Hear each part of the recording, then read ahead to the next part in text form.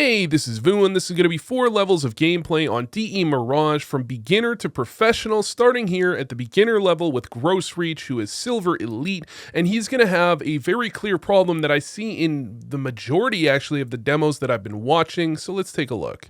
Before we go any further, I want to thank the sponsor for this video, Leadify.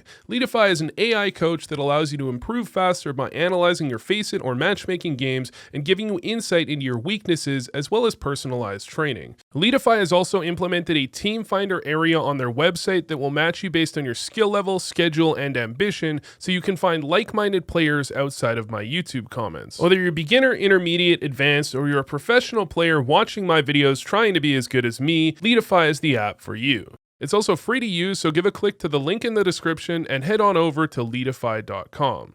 Now, to begin with, he's going to be a bit late to the start of the round, which is not the problem I've seen in the majority of the games, but it is a problem. And he's going to end up over here on the A side, and you're going to note here the Molly in Palace. One of the most common things I've been seeing is that players at lower ranks very much over-prioritize considering Palace early on in the round. Typically, if there's going to be a smoke A ramp, which there currently is, you don't need to smoke A ramp and Palace. What you usually do is you'll use some utility A early from your A player to allow your mid players to focus on mid and get some control of it, and then by the time the A ramp, smoke, and molly are down, you want to have a second player helping support A. Usually it would have been the connector player. So here, you're going to have Gross Reach go from A late over to connector. Usually you don't want to really cross very late because you can get caught crossing, and then he's going to hold in connector here for a little bit, but as soon as that contact is made and his teammate dies, he needed to already be rotating. Instead, he waits an extra 5 to 6 seconds, which means that the retake is going to be delayed, but not only that, it allows his opponents to get extremely pushed up in the bomb site as there's no resistance from the CTs. And although he'll get 2 kills here, and he actually almost picks up a third before going down, in holding on to connector for so long when his teammate had already secured middle, his teammate had jumped out window at that point, he allowed his opponents to get very pushed up in the bomb site, clear CT, and then full focus on connector. Instead, you want to be trying to contest your opponents pushing up, using some utility to flash them off or a smoke to try and take away some space to hold on a little bit longer and allow your rotates to get there before your opponents get into CT spawn. Next up, we've got Kobayashi, who is Gold Nova 1, I presume, here on Mirage, and he's going to be their A side lurker on the T side here. So initially begins with a smoke towards top middle, which is great for an A side lurker to throw because oftentimes you're going to be making contact without being able to use utility, so you may as well toss that early. And then he's going to choose to go Palace. You know, you're going to go ramp sometimes, Palace some others. His opponents are going to actually get pushed up into A ramp here, so they're in pretty good positions while his team takes mid control. And you'll note when T's are going for heavy mid control, typically it's going to be in something like a 1-3-1, so you're only going to have one lurker on this A side, and that's generally why you don't need to over focus on Palace or ramp, because you can do it fairly easily and you're not really contesting with a ton of people, or if you are, it'll be on a round where they're not going for heavy mid control. So Kobayashi here, what I really like that he does is he's going to choose his timing to come out Palace here very effectively. He waits for his team to begin making contact in connector, and that's when he starts pushing out, looking to try and get a kill, and he not only gets one, but he also gets a second as well, and essentially secures his team the round. What I notice a lot of people do poorly is they'll just randomly walk out Palace or ramp at no timing whatsoever. Oftentimes the most effective time to go for that type of walkout play are when your team is making contact in middle with your opponents, and their A players are likely to look over in that direction or toss some utility to support. Now, what the A players in this situation could have done a little bit more effectively is first off not thrown the Palace smoke at the very beginning of the round. They're really just kind of wasting time on it, throwing it before a player could even be there. As well, the ramp player could have been in a slightly better position to look both at ramp and Palace and cover both. So for the intermediate level, we'll start with RK here on Mirage. He is an MGE player, and he could use some work on how he holds B. Now, I'll take a look at a couple of rounds from him, but to begin with, please, for the love of God, don't use this agent. This agent, I don't know if it makes you better, but it will make you shiny and more noticeable. Now, into the B hole, he's going to do a couple of things pretty decently actually, but a couple of things as well, not that well. So as he makes his way over to B, all normal, holding a molly out, toss the molly deep early is not all that unstandard. A lot of the time you would want to combine that with a deep B smoke, which you can throw on the fly quite easily, and then you can take control. But the jump spot, if you caught it there, left a little bit to be desired. And especially when you're dealing with players that have deagles and your teammate is pushed all the way up cat, you want to make sure that the last thing that could possibly happen is that you get killed without gaining any information before dying, because that's how your opponents can easily win the round. Now, following that, he goes back to jail here, which again is an okay angle. However, in this specific scenario, I would generally recommend he be jump spotting because the rotate is so far away. He really should be trying to get that information. Regardless, he'll end up in this spot where he rotates over to A as his teammates are losing A. And as he rotates, he's going to throw these two flashes over towards CT. Now, these are actually fairly effective as they can prevent opponents from pushing deep into CT. However, in this scenario, I would have preferred some more supportive flashes that maybe helped his teammate out over towards triple. But regardless, he's still going to get himself a kill, and he's going to get the bomb defuse. Now, on the next round from RK, we're going to wait, hold on. Okay, he's still using the agent because he still should change it. Anyways, on the second round here for RK, he's going to have the best spawn for this side of the map. And even though you're a B player, you don't need to be just a B player. You can absolutely use this spawn for other things. Now, the things I would recommend it for are jumping underpass can be very effective. You can also try and make the cat jump, as it's important to know with this spawn, you can beat all T spawns to middle. So if you drop underpass, they can't even spot you if you do it quickly.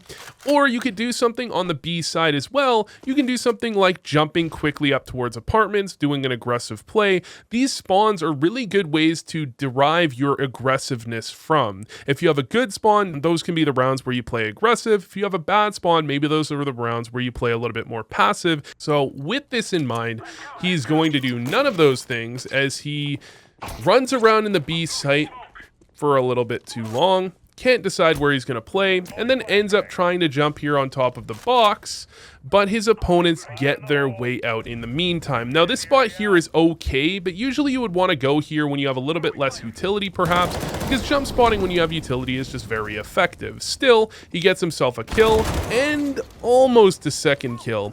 The problem is he didn't put himself in a position where he could potentially use his full clip of utility, and that ends up with him dying, only going 1-for-1, and most notably getting no pre-information as to what his opponents were doing, and that puts his team in a very bad position.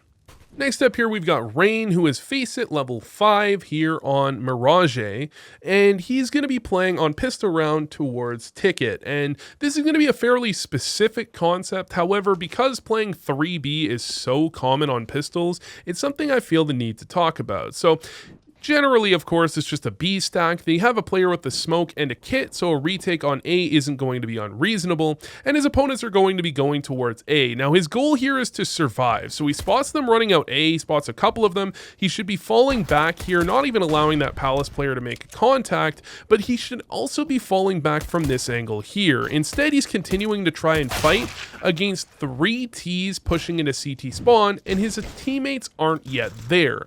The way this round is supposed to play out is the Ticket player will make contact, spot the player's A, and then fall back into deep CT spawn and allow the Ts that are inevitably going to try to push into CT to fight against him and 2 teammates rotating out of market. The Ts are essentially forced to go for CT control because if you don't have CT or jungle control as a T side, the CT's retake is going to be simply too effective on pistol rounds, so you can anticipate that push and get ahead of it by creating a crossfire from deep CT spawn. So next up, we've got GLL here, who is Global Elite on Mirage, and he's going to show exactly how you can play out late rounds on Mirage. This is something a lot of people miss out on. So initially, he throws a window smoke to start out the round, and the mid take isn't going to be flawless. I've noticed almost all of these demos, they throw maybe one total flash to try and take mid. Typically, you need 2 to take mid effectively, or at least 1, please. But regardless, he does get out mid, though they do have a casualty, and he will end up into a late round situation in a 3v4. And what's really great about Mirage is that specifically on the B site, there is a very small gap between contact and control of the site. So in a lot of late round scenarios, contacting in is incredibly effective. Now, they miss the exact timing as this player rotates in just beforehand, and really a 3v3 is where you'd want to be contacting in more than a 3v4, as in a 3v4 they can easily have 2B, 1 mid, 1A, or 2B, 2A, something like that, right? But in a 3v3, they'll typically have 1 mid, 1B, 1A, and this works even more effectively, but still, this is going to work very well, as his teammate is going to grab this kill, and he's going to toss this flash off of the kill, immediately busting into the bomb site, swings out wide towards bench, gets the next kill, and that's the round immediately over and done with. The Opera can't go any further forward, as he very easily could get killed from market doorway. The rotation can come over, but this is not a winning round for the CT side, and this is what a well-played Mirage late round can definitely look like. Obviously, you don't want to do this every round, but in low number scenarios, you can walk right towards B, make contact, bust out, and get things done. Now for the professional level here, we're going to show you a round. Actually, this is a really cool round, and I think this is the type of round that a lot of people, even at pretty decent levels, miss out on the learning of. So this is a semi-eco here from Big against G2. They're going to be going for a bit of mid control. It's a top connector molly, or smoke rather, from Tabson. Then he's going to molly connector as well, and he's going to control towards middle. His team over on the B side is setting up a fake, and you've got Xantarez lurking in Palace. Now, if you're just watching this round as a casual observer, you're not going to notice the really cool intricacies of how oftentimes pro teams will manipulate rotations in order to create small openings that they can then snowball off of. So what's really cool about this is there's a ton of utility tossed down here over towards the B side, and although this goes poorly for their team specifically, this is actually a very well played theory. So there goes the utility. Tabson is going to walk up, and he's timed it perfectly so that this top connector smoke is going to go down just as he comes through, and he knows Nico is very likely going to be looking to rotate. Now, he gets the drop on Nico, and it should be a free kill. And if you just think for a second about the way this round plays out, if that is a kill that Tabson picks up, what will happen is these CTs are going to shift out to try to actually cover towards jungle where a player just died. Oftentimes what will happen is there will be one player already rotated over to market. One player A may have been staying A in one of these locations, or he may have ended up in CT. In any of those scenarios, he's going to immediately pivot to look towards jungle, and Xantarez is right there around the corner ready to grab that kill. Unfortunately for him, Tabson ends up whiffing and dying, and the round falls flat on its face. However, this is such an important round, I think, for people to actually learn from for these specific reasons. They're not just trying to work picks with these pistols in the standard way. They're understanding exactly how rotations work on the map, and they're playing outside and forcing those rotations and playing with their opponents in a way that gives them a very good opportunity to snowball off of one kill instead of just getting a kill and getting nothing done with it. So next up, I wanted to show this round here from Heroic, where they do something that I was actually looking for this in the lower level demos. For the beginner, intermediate, and advanced demos, I was looking for an example of this, but I couldn't really find any, and perhaps that's why it's something that's very important to actually look at. So in this given round, we've got Cadian with a good mid spawn here, so he's just going to go for a standard mid window peek, nothing crazy about that. His team is going to be doubling up on Cat, which actually isn't all that uncommon in the pro level of play as well, or soloing B isn't that uncommon. Tezes is going to give some information over to Cadian that, there's some pressure B. And Cadian, you'll notice he jumps directly out of market there. He doesn't post on B apartments. He doesn't wait for something to happen. He doesn't try and catch the cross. He immediately moves out to the back pillars of the bomb site. This is key for the first rotator to do, to secure a bit of space for his teammates that may rotate in behind, and to make sure he can give some support to his teammates on the bomb site. Oftentimes what happens is people rotate into market and stay there, and then they get smoked off, or their teammates die on the bomb site, and all of the space on B is taken. If you have a player out near the back pillars, it's much easier to actually win the round. Along with that, Tezes is going to throw this smoke down here, which takes away a ton of space. Refresh is holding an angle there, and Cadian gets an initial entry before eventually re-peeking and dying, but you can see how tough of a situation Big is left in here, and Tezes is going to be able to grab himself another kill. This realistically should be an easy round, however, Tezes reloads at the wrong moment, and it does get a bit dicey, but you can absolutely see the reasoning for a lot of these plays.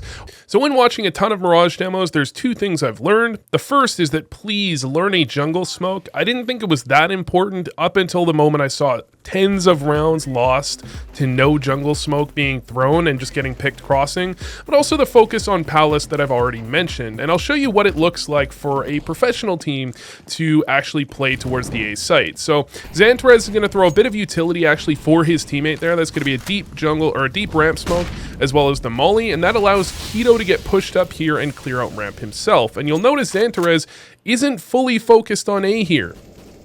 He heads on over to mid and they go for pressure in middle. Notably, Keto is kind of alone here. However, you have to understand that people aren't usually just going to walk right out of Palace too often because it is a bit of a death trap if your opponents are looking. I wouldn't recommend playing this far off of Palace in a matchmaking or pug game because your opponents will be quite a bit more aggressive. They will go a little bit more quickly than this. However, this is a decent example of something you can play in the general idea of. You don't always need to be looking Palace. And you'll see that once Xantarez thinks that Palace is an option, he's not going to full focus Palace. In fact, he's going to stay near top connector here, and he's just going to check it once in a while. He knows that it's not all that likely they go out, and if they do, they won't go very quickly until that contact is made, and then you see that handshake and agreement. Flesha knows contact was made connector, time for me to get aggressive, and Xantarez knows the inverse, which means he nades it and gets a ton of damage off on Flesha. Keto tosses his molly down on ramp because he knows the contact is likely imminent, and then he smokes it off, and they're in a great position to win this round. You can see how these types of understanding really play together when you're really playing at a very high level, and Keto will go on with what I mentioned in a previous review.